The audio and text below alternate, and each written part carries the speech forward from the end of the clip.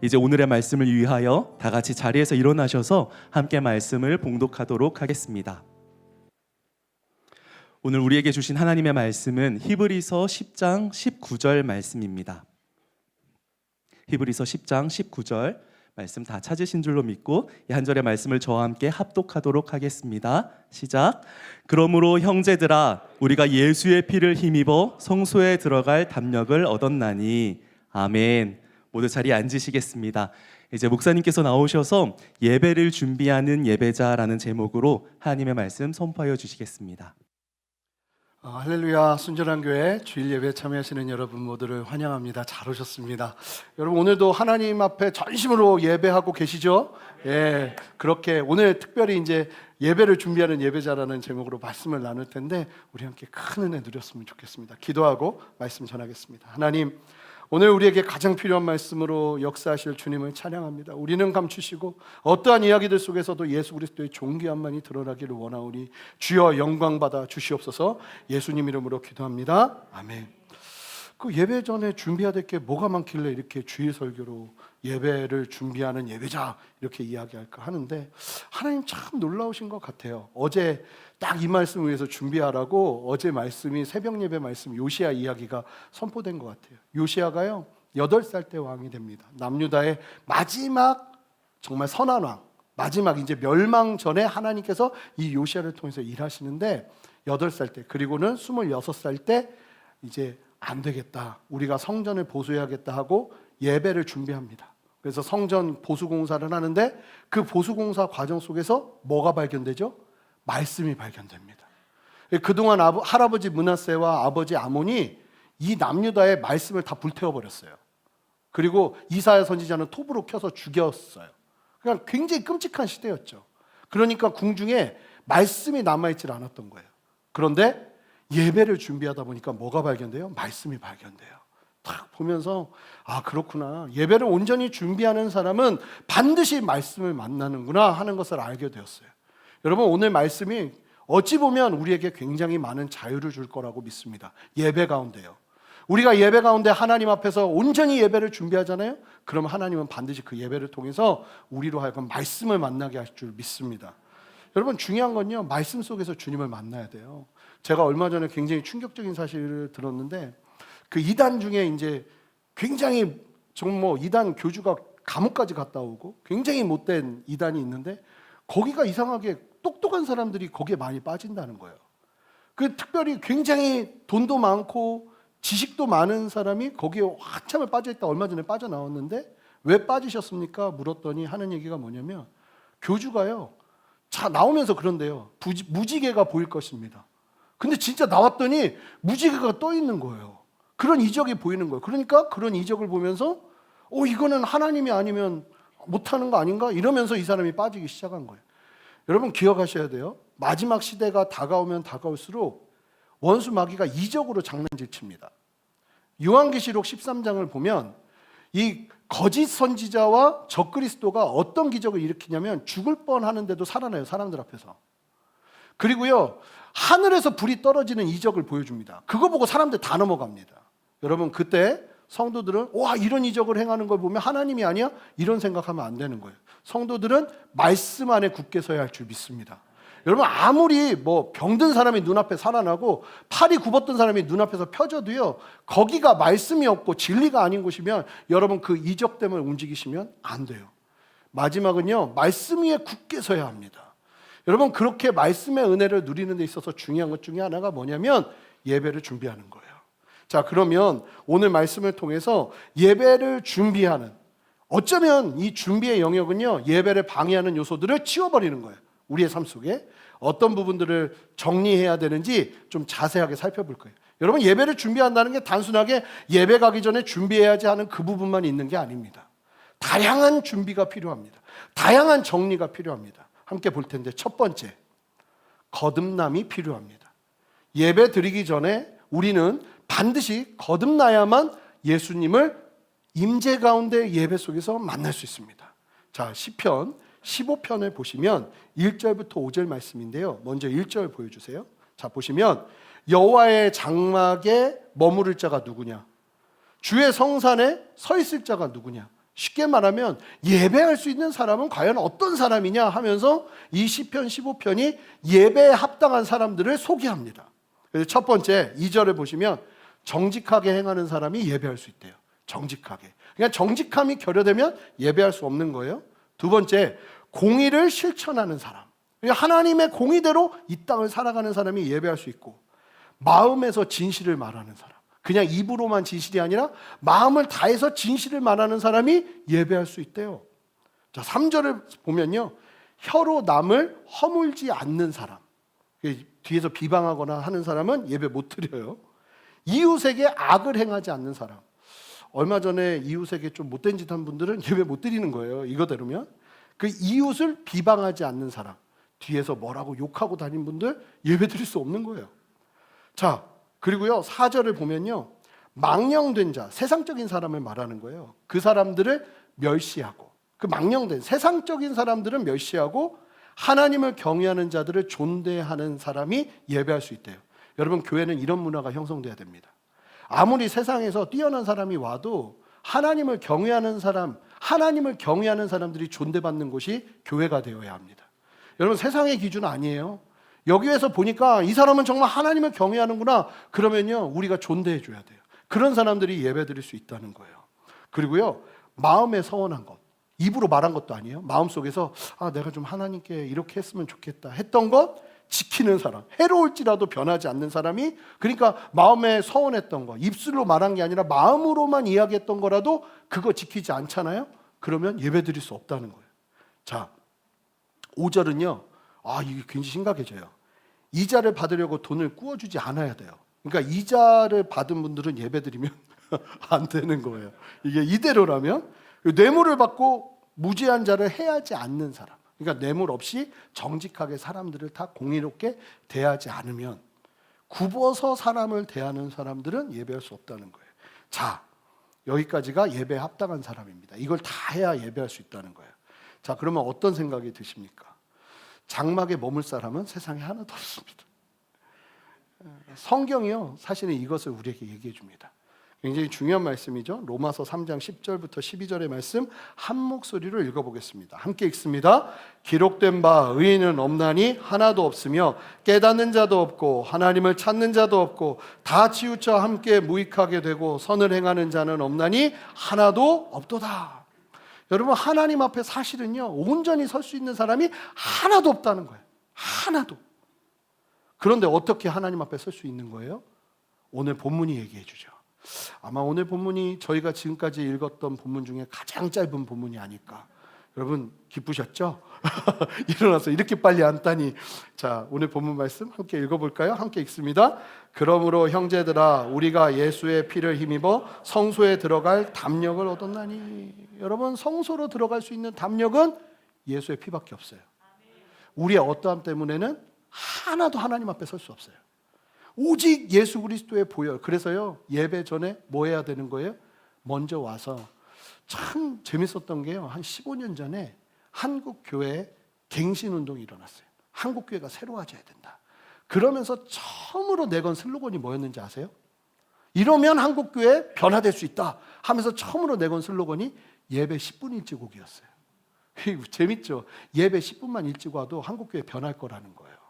실제로 그래요. 여러분, 예배요 10분 전에 오셔서 기도 시작하셔야 돼요. 그러니까 여기는요 20분 전에는 기도할 수 있는 분위기가 마련돼야 돼요. 뭐 하는 거냐?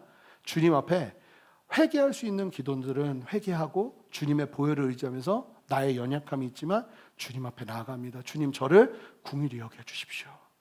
기도하면서 나가는 거예요. 어떠한 모습으로라도.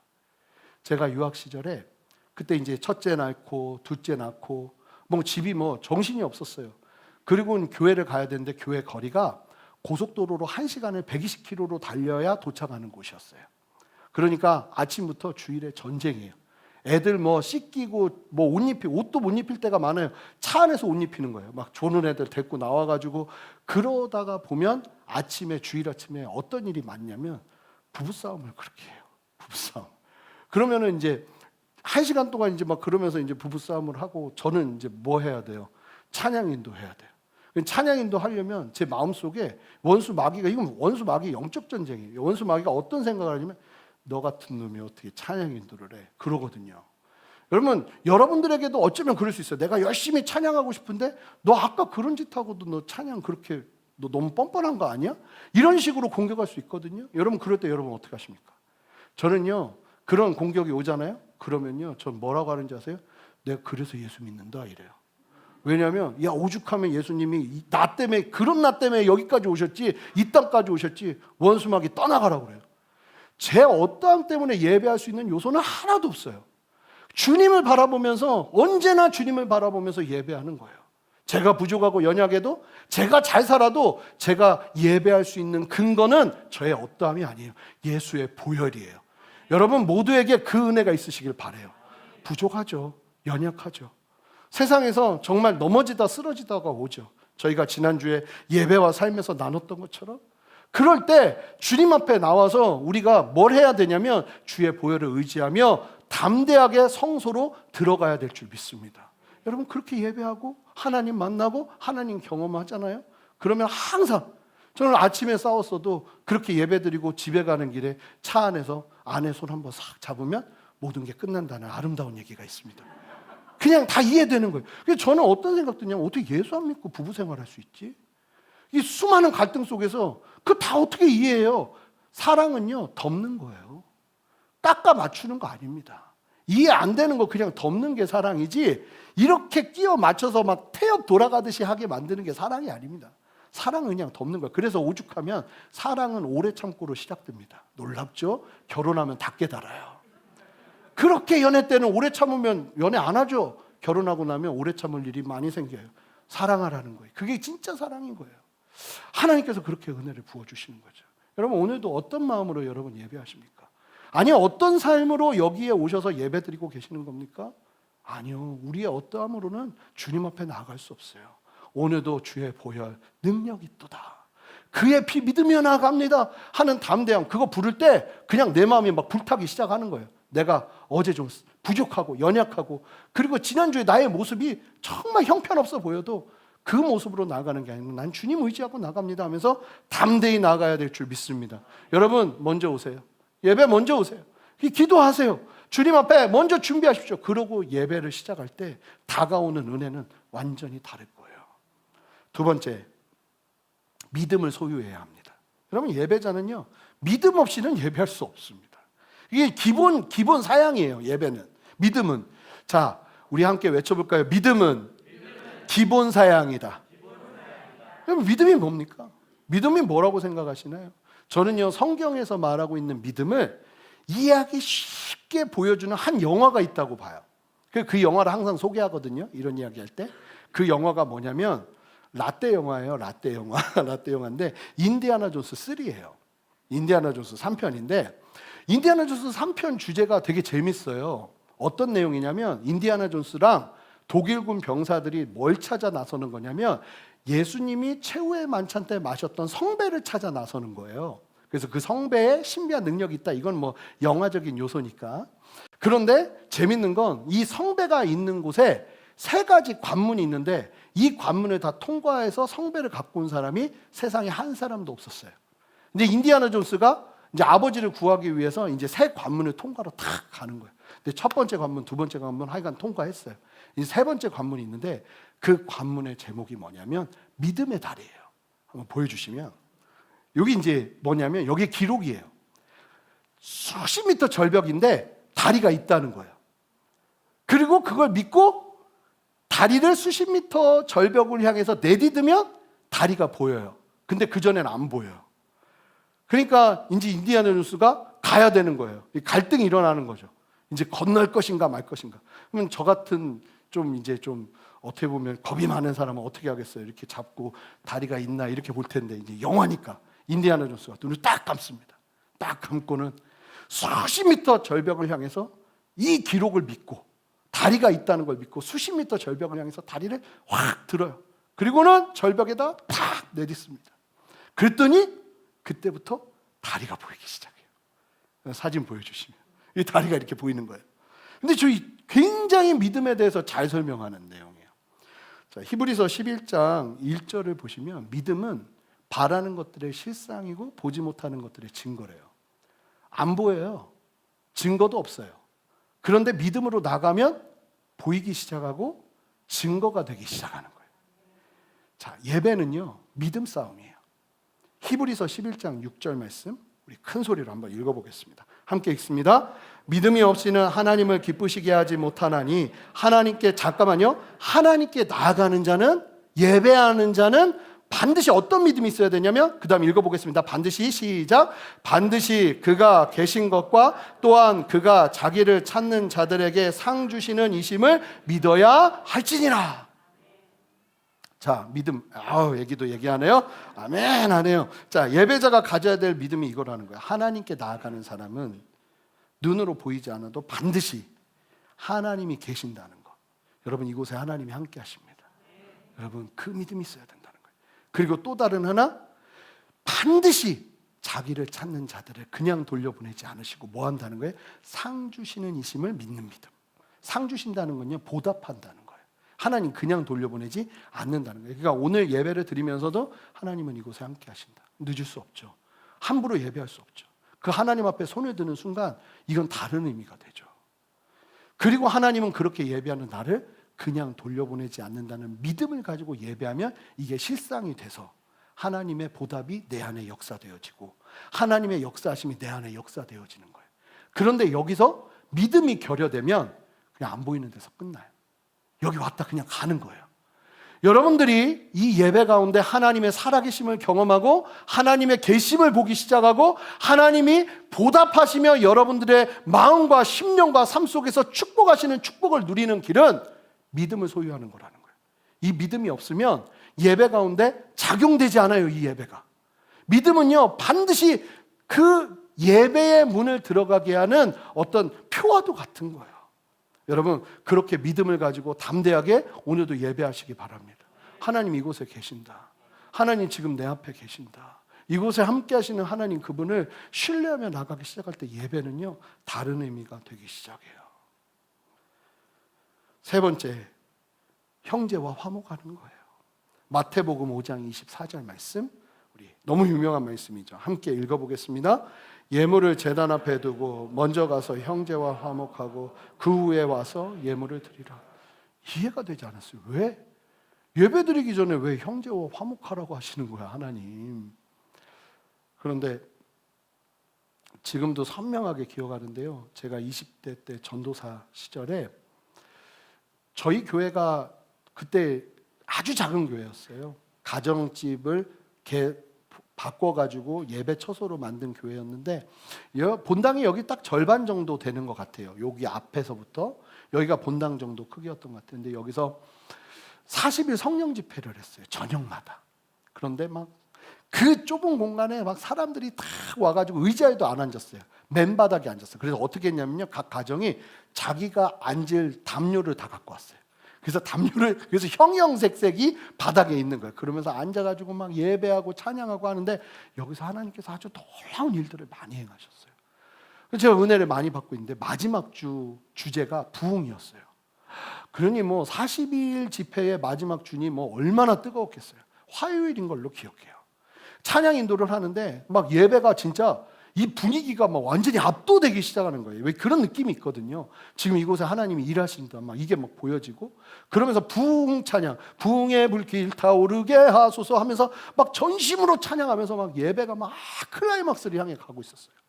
가고 있는데 제가 찬양 인도를 하고 있는데 갑자기 어떤 마음이 갑자기 확 드냐면 거기서 하나님이 막 뭐 신비한 것들을 말씀하시고 나에게 막 하나님의 마음을 나눠주시고 이게 아니라 갑자기 어떤 마음을 주시냐면 너 가족 중에 누구 있잖아. 그 사람하고 식사 좀 했으면 좋겠다 하는 마음이 갑자기 확 드는 거예요. 찬양인도다. 저는 그게 처음이에요. 갑자기 그 마음이 확 드는데 그분이 어떤 분이냐면 가족이신데 저희 집이 굉장히 어려워졌었어요. 집이 경제적으로 굉장히 어려워졌었는데 그때 어려워지면서 남은 재정이 있었어요. 그나마.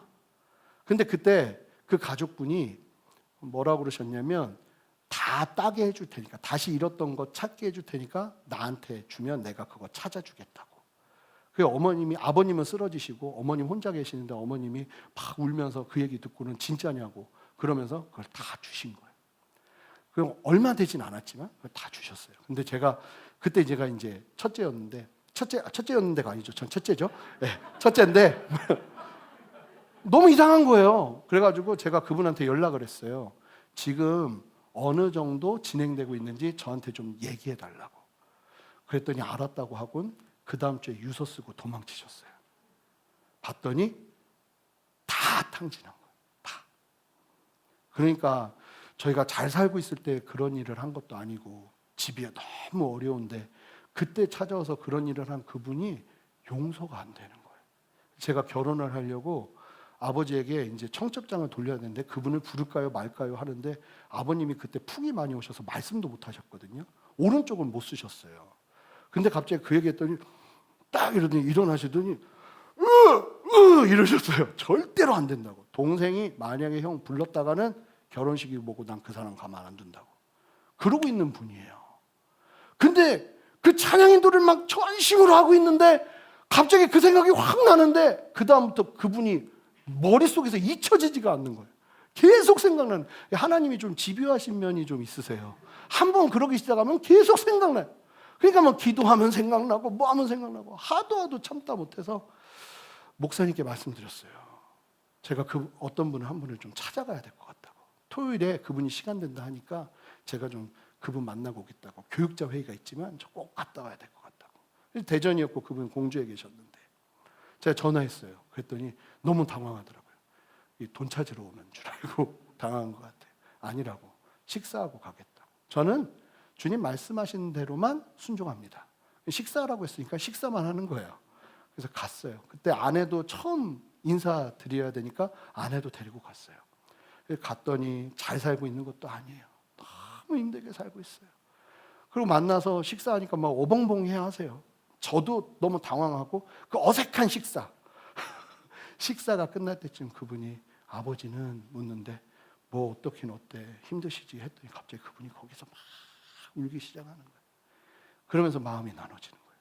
마음이 나눠지는 거예요. 그렇게 이야기하고 그러더니 제 손 잡더니 미안하다 하는데 그러고 났는데 그러고서 이제 돌아오는 차 안에서 운전하면서 이렇게 가는데 저는 그 돌아오는 길을 지금도 잊을 수가 없는 게 하나님이 어떤 마음을 주시냐면 태재야 나는 네가 찬양하면서 나에게 영광 들리는 것보다 지금 더 영광 받았다. 너무너무 좋다. 갑자기 이 말씀이 생각나더라고요.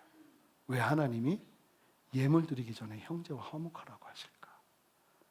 제가 지난주에 저희 청년 중에 한 청년의 외할머님이 소천하셔서 장례식장을 갔어요.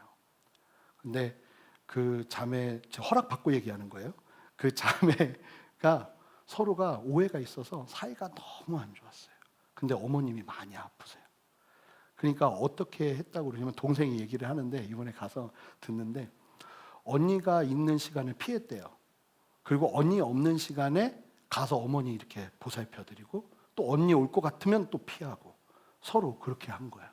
근데 이번에 제가 이제 장례식장 딱 들어갔더니 동생분이 저 보자마자 하는 얘기가 저희 극적으로 화해했어요. 그러는 거예요. 극적으로 화해했어요. 사이가 너무 좋아졌어요. 하나님이 뭐 하신 것 같아요. 그러면서 재밌는 얘기 하나 하는데 뭐라고 그러냐면 어머니가 굉장히 조금 좋아지신 것 같대요. 왜 좋아졌나 봤더니 우리가 다 너무 사이가 좋아서 같이 어머니를 섬기니까 좋아진 것 같다는 거예요. 저 충분히 이해되더라고요. 보세요. 아들 하나, 또 다른 아들 하나 서로 부모한테 잘해. 근데 서로는 계속 싸워. 그러면 이 잘하는 게 기쁨일까요? 아니 나한테 좀 못해도 돼. 니네 사이 좋았으면 좋겠어. 저는 여기서요 하나님의 마음이 보여요. 하나님이 얼마나 좋은 분이신지가 보여요. 하나님 얘기하시는 거예요. 나한테 잘하는 것도 좋지만 너 형제야. 내가 저 친구를 위해서도 내 피값으로 저 친구 샀어. 화해했으면 좋겠어. 그리고 나에게 다시 오지 않겠니? 하는 주님의 마음이 있는 거예요. 여러분 이것도 그냥 무조건 해야 되는 건 아닌 것 같아요. 저한테요 그 당시에 그 일이 있었을 당시에 그분 찾아가라고 했으면 하나님이고 뭐고 안 해요 이랬을 거예요. 근데 제가 은혜 충만히 받고 때가 되니까 하나님이 떡하니 저한테 그 이슈를 던지시는 거예요. 순종하는 거죠. 하나님은요 우리가 예배할 때도 영광 받으시지만 우리가 주님의 말씀 앞에 순종할 때 더 영광 받으십니다. 어쩌나 싶으시죠? 이 말씀 들었으니 찾아가야 될 사람이 생각나시나요? 여러분, 주님이 감동 주실 때 하시는 거예요. 그리고 감동 주신다면 눈 딱 감고 가시는 거예요. 제 이야기를 듣고 이 말씀을 듣고 한 분이 형님하고 수년 동안 얼굴도 보지 않고 살다가 이 말씀 듣고 찾아가는데 기도를 했대요. 그냥 가야 됩니까? 그랬더니 조카들 장난감을 사가라는 마음을 주셨대요. 그래서 그냥 장난감만 사가지고 갔대. 이분도 장난감 샀는데 그 어색한 분위기가 장난감 때문에 좋아하는 조카들 보면서 자연스러워지면서 만나고 왔다고 저한테 얘기를 하는 거예요. 제가 너무너무 기쁜 거예요. 그러면 하나님은 얼마나 기쁘실까? 여러분, 예배 전에 뭘 준비해야 되는지 아세요? 관계를 정리하는 게 필요해요. 하나님을 정말 사랑한다면, 그리고 하나님의 그 눈을 우리가 함께 갖는다면 형제와 화목하는 은혜가 필요한 줄 믿습니다. 그리고요, 여러분, 예배 드리는 분들 중에 이런 분들이 많으세요. 나는 그렇게 예배하는데도 모르겠어요. 아니, 하나님 정말 살아계시는 거 맞아요? 남들은 다 하나님 만나는 것 같은데 나는 그렇게 예배해도 하나님 안 느껴지고 하나님이 정말 살아계신지 모르겠어요 하는 분들이 있어요. 그런 분들을 위해 준비했습니다. 포기하지 마세요. 자, 네 번째 준비해야 될 영역, 포기하지 않는 마음입니다. 자, 출애굽기 33장 7절부터 11절의 말씀을 보시면 제가 읽어볼게요. 모세가 항상 장막을 취하여 진 밖에 쳐서 진과 멀리 떠나게 하고 회막이라 이름하니 여호와를 앙망하는 자는 다 진 바깥 회막으로 나아가며, 모세가 회막으로 나아갈 때는 백성이 다 일어나 자기 장막문에 서서 모세가 회막에 들어가기까지 바라보며, 이들은 바라봐요. 그런데 모세는 회막으로 들어갑니다.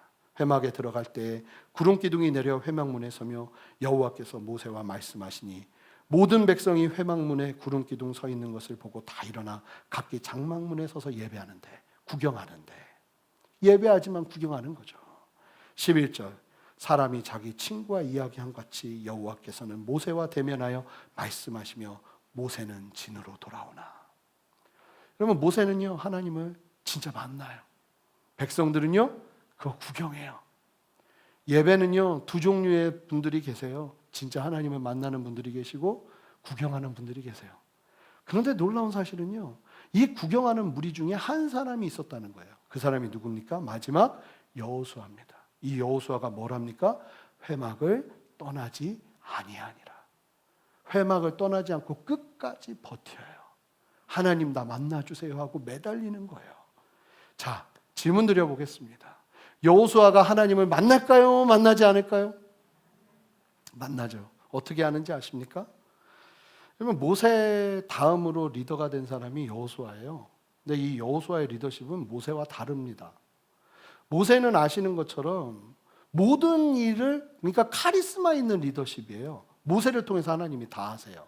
그러니까 사람들이 하나님께 묻기보다 누구에게 물으라고 하냐면 모세에게 물으라고 해요. 지난번에 말씀드린 것처럼 배고프면 배고파 모세, 힘들어 모세, 어려워 모세, 모세, 젊어서 모세 하는 게 사람들이란 말이에요. 그러니까 모세가 어떤 사람이에요? 굉장한 사람이에요. 근데 생각해 보세요. 그런 리더 다음으로 리더가 되는 사람의 중압감은요, 상상을 초월해요. 차라리 좀 못하는 사람 다음으로 가서 거기 잘 읽으면 괜찮은데 정말 잘하던 분 밑으로 가서 거기를 살리려면요, 이게 보통 일이 아니에요. 이 여호수아가 리더가 됐단 말입니다. 자, 그런데 여호수아가 리더가 되자마자 첫 번째 미션, 도전이 다가왔는데 그 도전이 뭐냐면 요단강이었어요. 자, 모세는 이스라엘 백성들과 홍해를 건널 때 어떻게 건넙니까? 지팡이를 들고 바다를 향해 손을 쫙 펼치니까, 모세가 그렇게 액션을 취하니까 물이 강풍과 함께 쫙 갈라지기 시작해요. 사람들이 우와 하면서 건넜단 말입니다. 자, 그런데 똑같이 요단강을 건너야 되는 상황이 온 거예요.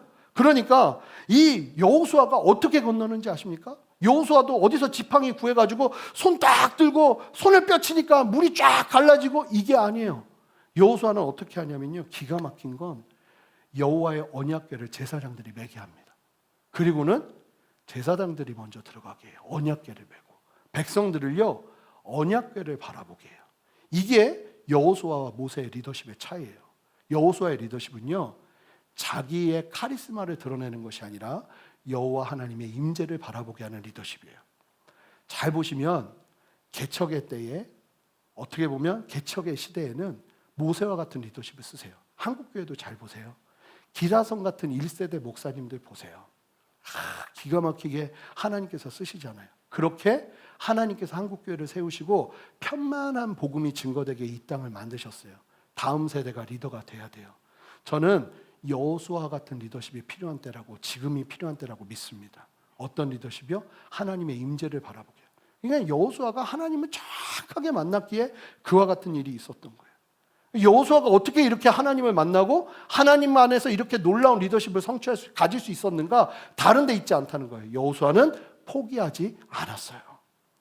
여러분, 정말 중요한 게 뭐냐면 이 영성이 뭐라고 생각하십니까? 저는 무조건 영성하면 이렇게 얘기합니다. 저를 따라서 외쳐보실까요?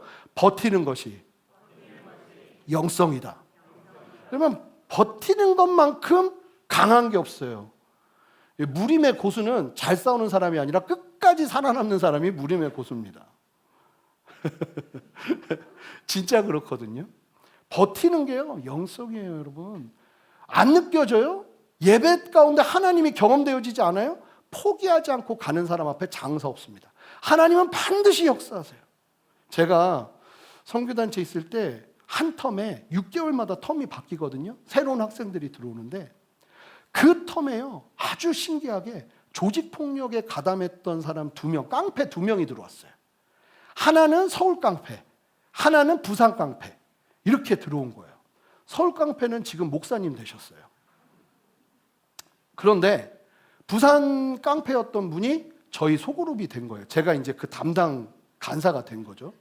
근데 이분이 왜 깡패인데 왜 들어왔냐면 평생을 어머님 속을 너무 썩인 거예요. 근데 군대를 갔다가 철이 든 거예요. 철이 들었는데 그러면서 어머니에게 제대하면서 이런 얘기를 했대요. 어머니, 제가 제대하는데 소원 하나는 반드시 들어드리겠습니다. 그랬더니 어머니가 뭐라고 그러냐면 산속에서 6개월만 있다 나와라.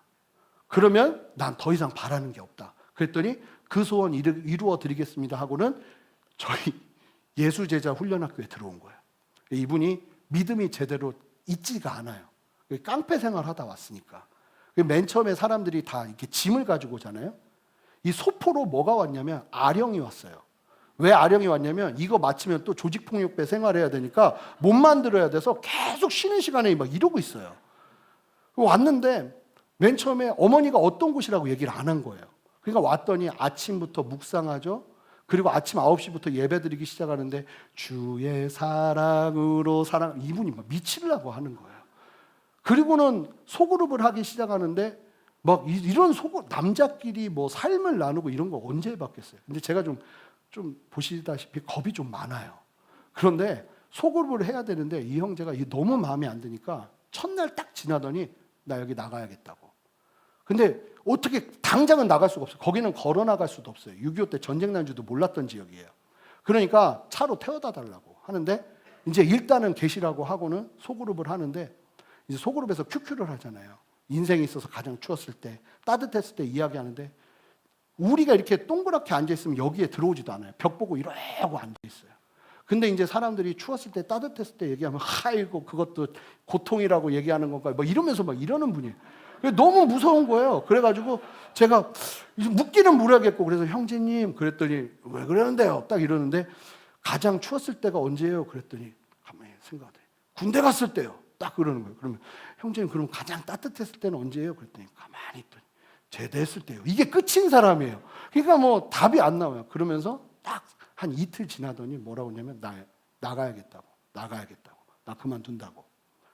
나 다른 건 몰라도 여기서 나 6개월 동안 못 있는다고.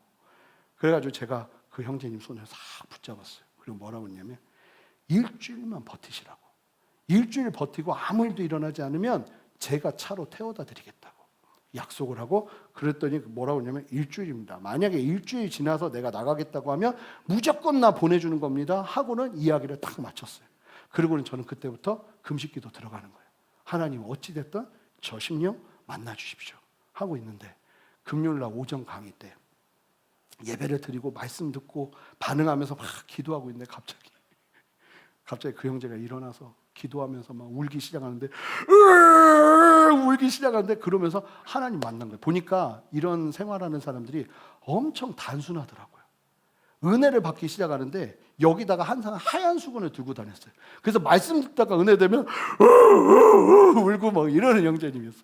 그래서 3개월 동안 은혜 쫙 받았어요. 있기로 했으니까 3개월 동안 은혜 탁 받고 이제 3개월 후에 이제 전도행을 가야 되는데 전도행 팀이 딱 짜졌는데 또 우리 팀이 된 거예요.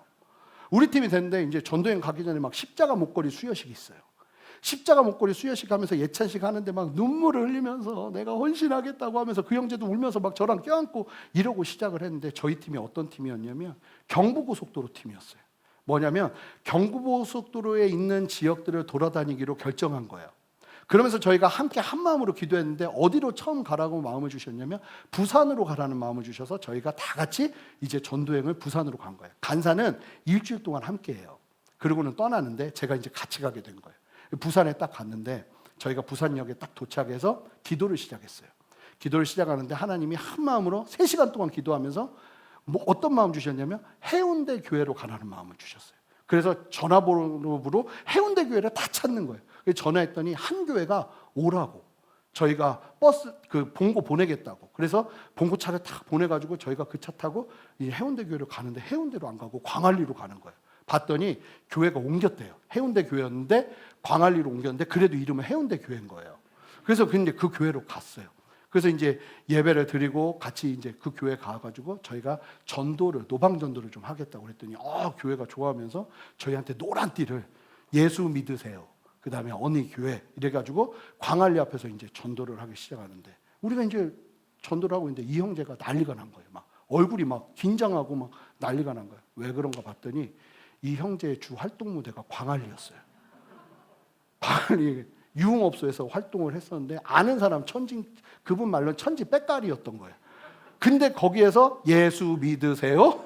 어디 교회 노란띠 들고 전도하려니 막 이 사람이 막 이 정신을 놓기 시작하더라고요. 나 여기서 이거 못 한다고.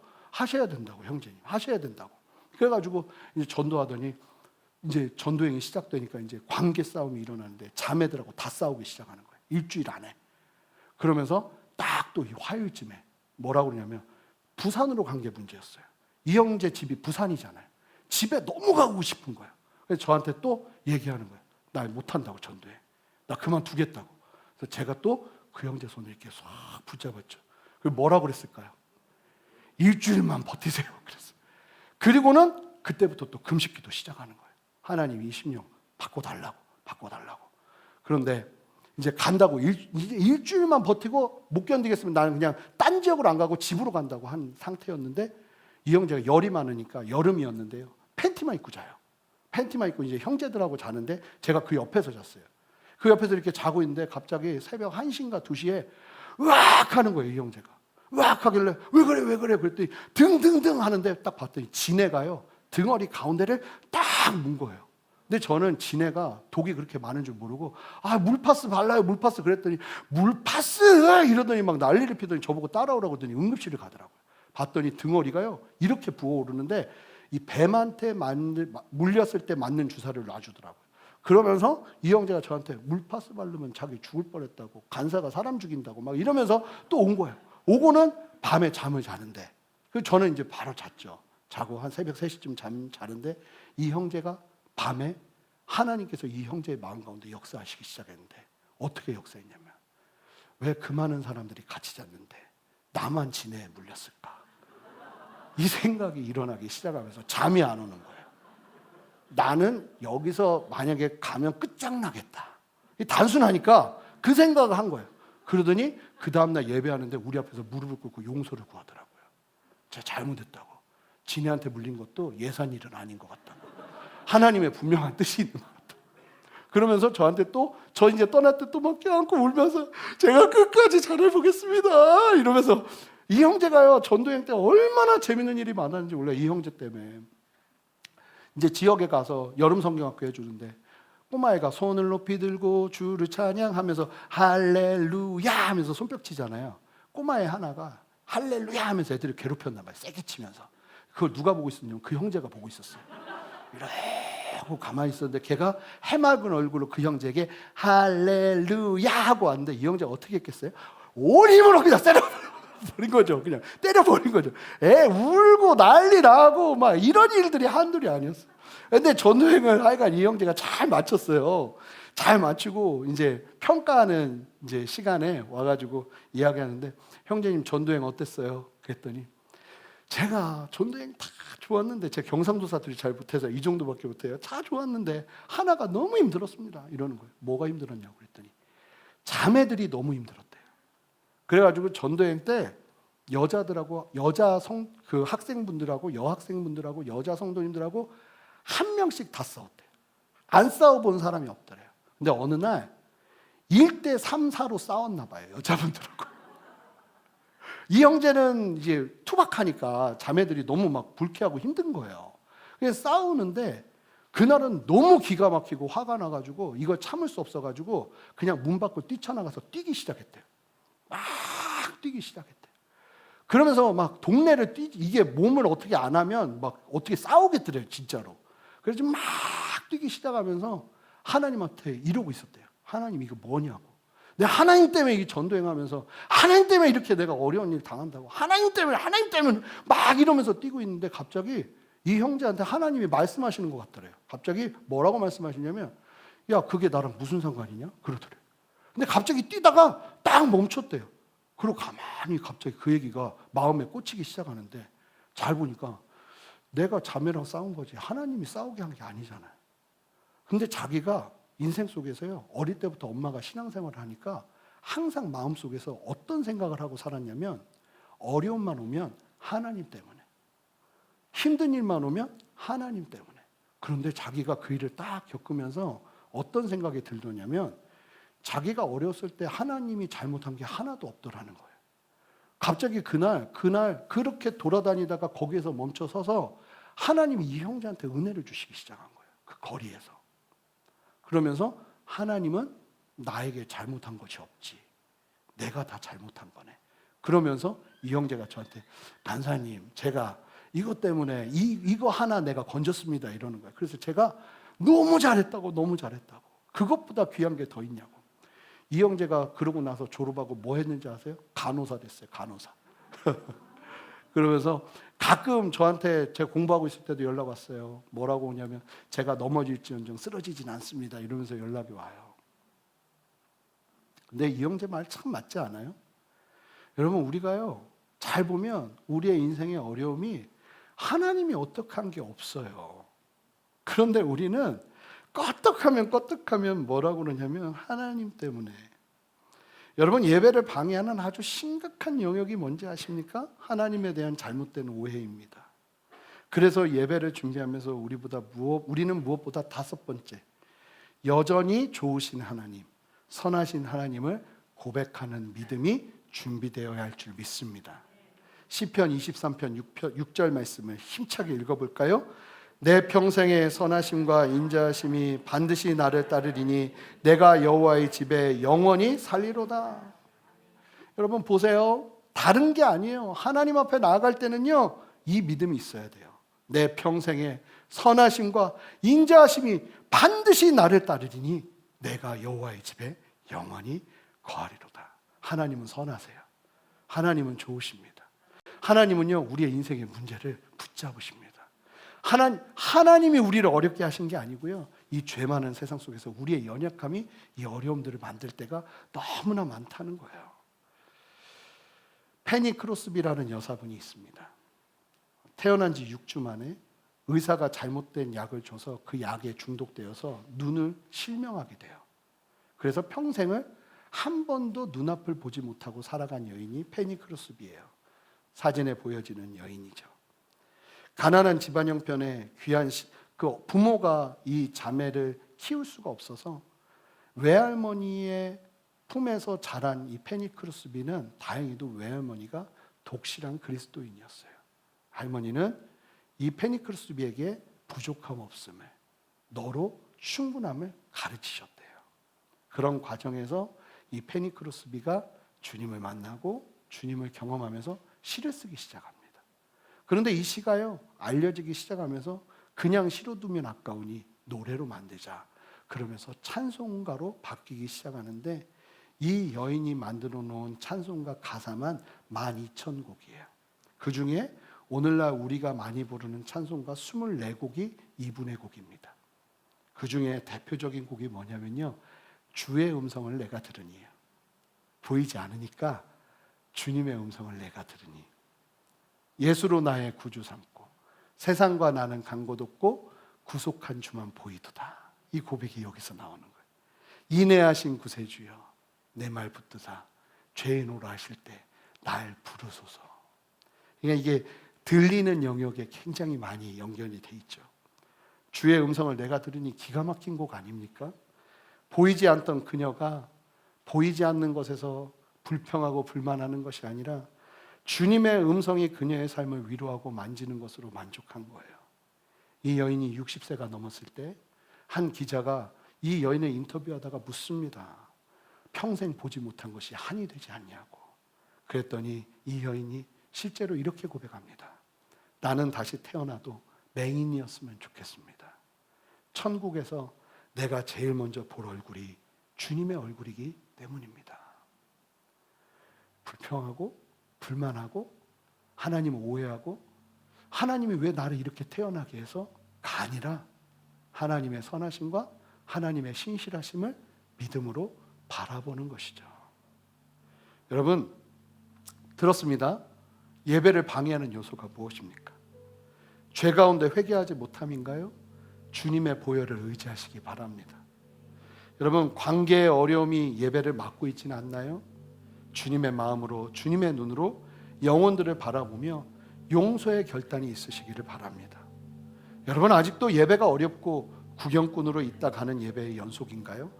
여러분 여호수아처럼 포기하지 마세요. 언젠가 만나겠지 하는 마음으로 주님 앞에 나아가는 거예요.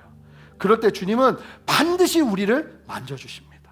여러분 하나님에 대한 오해로 예배에 대한 기대와 소망을 상실하셨습니까? 하나님 왜 나에게 이런 일을 벌이십니까? 라는 그러한 생각으로 예배 드리는 여러분들의 마음을 누르고 있습니까? 아니에요. 하나님은 선하세요. 하나님은 좋으신 분이십니다.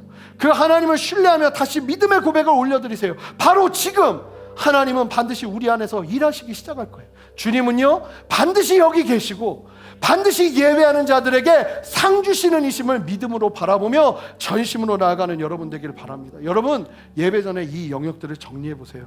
여러분들의 예배는 반드시 달라질 것입니다. 그렇게 믿음 가운데 담대히 서시는 저와 여러분 되시기를 바랍니다. 함께 기도하겠습니다. 주님 오늘 이 말씀을 기억하며 하나님 주님 앞에 예배를 준비하는 예배자로 우리 모두가 서기를 원합니다. 주여 주님 앞으로 더 가까이 나아갑니다. 모든 장애물들을 뒤로하고 주님 앞에 더 가까이 나아가기를 원합니다. 주여 우리를 깨워 주시옵소서. 감사드리며 예수 그리스도 이름으로 기도합니다. 아멘. 다 같이 일어서시겠습니다.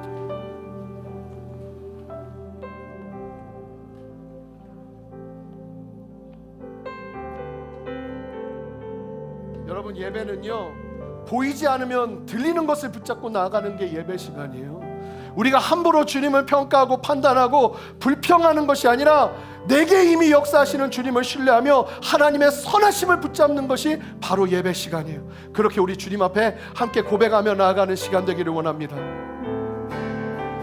고백합니다. 주의 음성을 주의 음성 고백합시다. 내가 들으니 사랑하는 말일세. 믿는 마음으로 주께 가오리. 믿는 마음으로 주께 가오리. 나를 영접하소서. 영접. 여러분 목소리 높여 고백하세요. 내가 매일 십자가 앞에 내가 매일 십자가 앞에 더 가까이 가오니.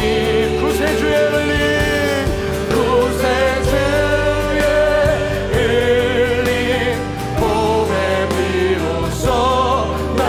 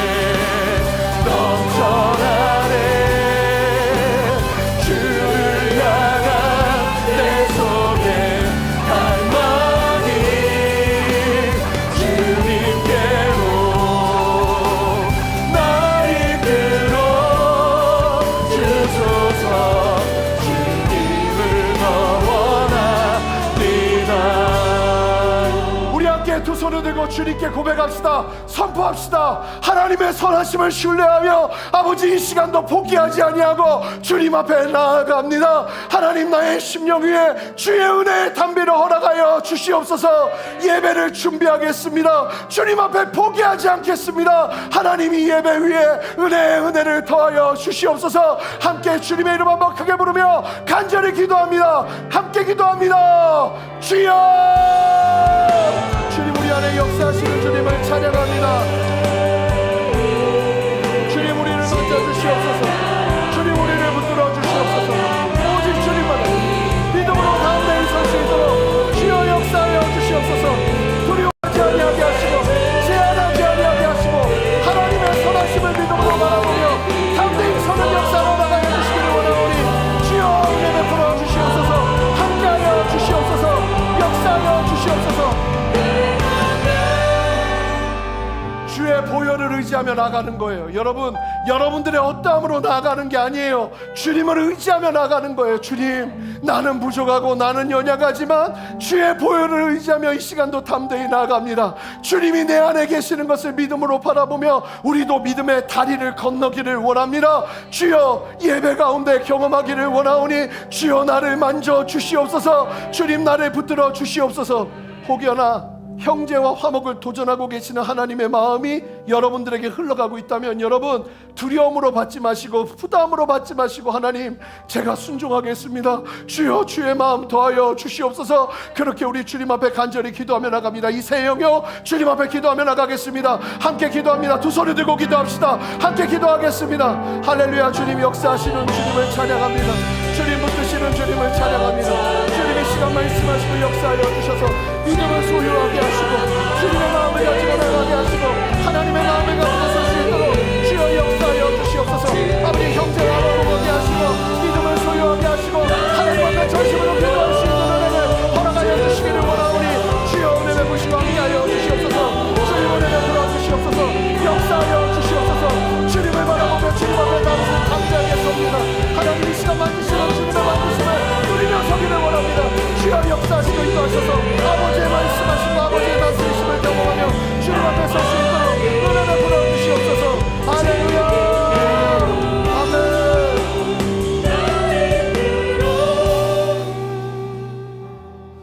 모두는 아니겠지만 오늘 예배 가운데 버티셔야 되는 분이 계세요. 버티셔야 되는 분들,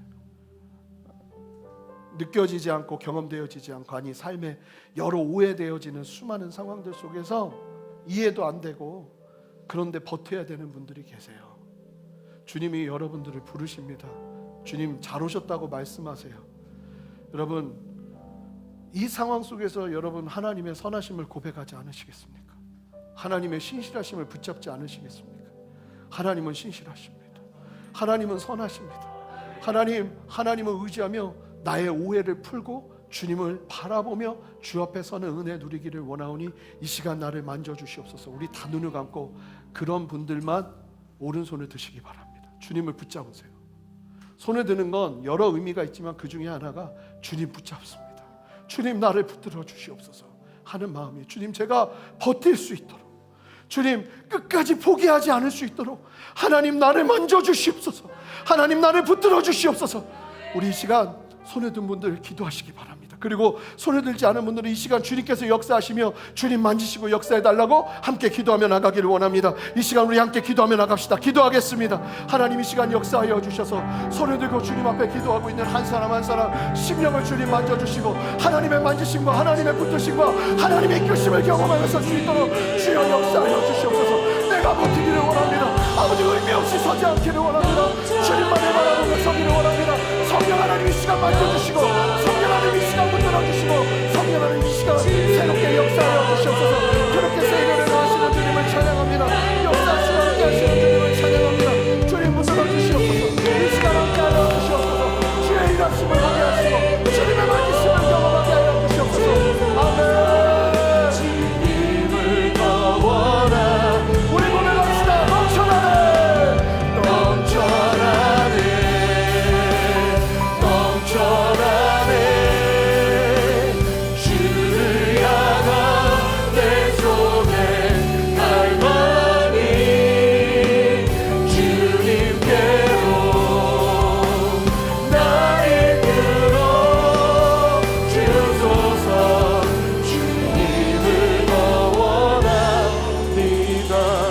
기도합니다. 내가 매일 십자가 앞에, 내가 매일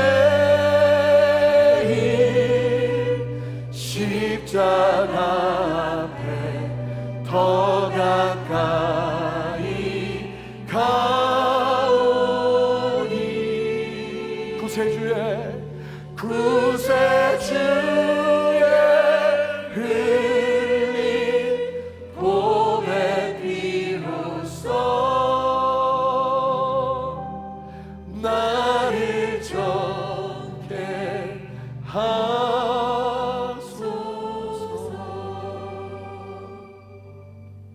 하나님, 우리의 예배가 우리의 어떠함이 아닌 주의 보혈을 의지하는 어떠한 사람의 공로도, 어떠한 사람의 헌신도, 그것이 우리를 예배하게 하는 것이 아니라 오직 주의 보혈로 예배함을 기억하며 예배 때마다 먼저 나와 기도하고 준비하며 우리의 마음을 주님만 의지하는 예배자의 마음으로 준비하는 우리 모두가 되어지기를 원합니다. 이 시간을 믿음으로 가득 채우기를 원합니다. 하나님이 반드시 이곳에 계시고 우리에게 상 주시는 이심을 바라보는 그 믿음 위에 하나님 실제로 역사하시는 주님의 역사를 보게 하여 주시옵소서. 하나님, 형제와 화목하기를 원합니다. 우리의 힘으로 할 수 없습니다. 우리의 힘으로 사랑할 수 없습니다. 우리는 그런 사랑이 없습니다. 주님, 우리에게 한없는 주님의 사랑을 부어주셔서 우리가 아직 죄인 되었을 때 우리를 사랑하시며 우리를 구원하신 주님의 그 놀라운 십자가의 사랑으로 용서를 선포할 수 있는 힘과 능력을 더하여 주시옵소서. 주여, 포기하지 않는 마음을 주시옵소서. 그렇게 주님을 끝까지 붙드는 심령 위에 역사하시고 함께 하시는 아버지 하나님의 붙드심을 보게 하여 주시옵소서. 하나님, 버티며 주님을 신뢰하며 여전히 좋으신 하나님, 선하신 하나님에 대한 고백으로 우리의 삶을 채우게 하여 주시옵소서. 내 평생의 선하심과 인자하심이 반드시 나를 따르리니 내가 여호와의 집에 영원히 살리로다. 이 믿음의 고백으로 주님 앞에 나아가는, 의심 없이 오해 없이 주님을 예배하는 참된 예배자로 우리 모두가 준비되어지게 하여 주셔서 하나님 앞에 나아갈 때마다 하나님의 그 살아계심, 하나님의 그 역사하심, 하나님의 그 만지심을 경험하며 우리 모두가 담대히 서는 은혜를 허락하여 주시옵소서. 오늘도 감사함으로 헌금을 준비하고 재물을 드리고 시간을 드리고 삶을 드리며 나온 우리 성도님들 기억하여 주시고, 특별히 오늘 너무나 어려운 재정의 여건 속에서 고통 중에 신음하는 성도들 주님 붙들어 주셔서 하나님이 소망이 되어 주셔서 하나님이 실제적으로 믿음으로 나아갈 때 실제로 보여지는 능력과 역사를 보게 하셔서 그 믿음이 더욱더 아름답게 찬란히 빛날 수 있도록 주여 역사하시고 이 시간 새롭게 은혜 베풀어 주시옵소서. 하나님의 마음으로 가득 채워 주시고 하나님, 그 손이 절대로 마르지 아니하게 하시고 하나님, 육신으로 연약하여 고통당하고 있는 우리 성도님들 질병을 주님 어루만져 주시고 하나님, 오늘도 믿음으로 주님을 신뢰하며 고치시는 하나님 여호와 라파의 하나님을 신뢰하며 나가는 우리 성도들의 고백 위에 주여 역사하시고 실제로 다스려 주시옵소서. 그렇게 오늘 우리의 예배 가운데 함께 하시는 주님을 찬양하고 감사드리며 예수 그리스도 이름으로 기도합니다. 아멘. 이제는 우리 주 예수 그리스도의 크신 은혜와 아버지 하나님의 무한하신 사랑과 성령의 내주하심과 교통하심과 신실한 역사하심이 오늘 말씀을 기억하며 주님의 진리 안에서 담대히 주님이 원하시는 예배를 준비하는 예배자로 서서 믿음으로 담대히 한 걸음 한 걸음 나아가기를 소망하는 함께 예배하는 모든 성도님들과 성도님들의 가정과 직장과 삶의 모든 터전 위에 순전한 교회와 이 땅의 모든 교회들과 이 나라와 온 열방 위에 이제로부터 영원토록 함께 하시기를 간절히 축원하옵나이다. 아멘.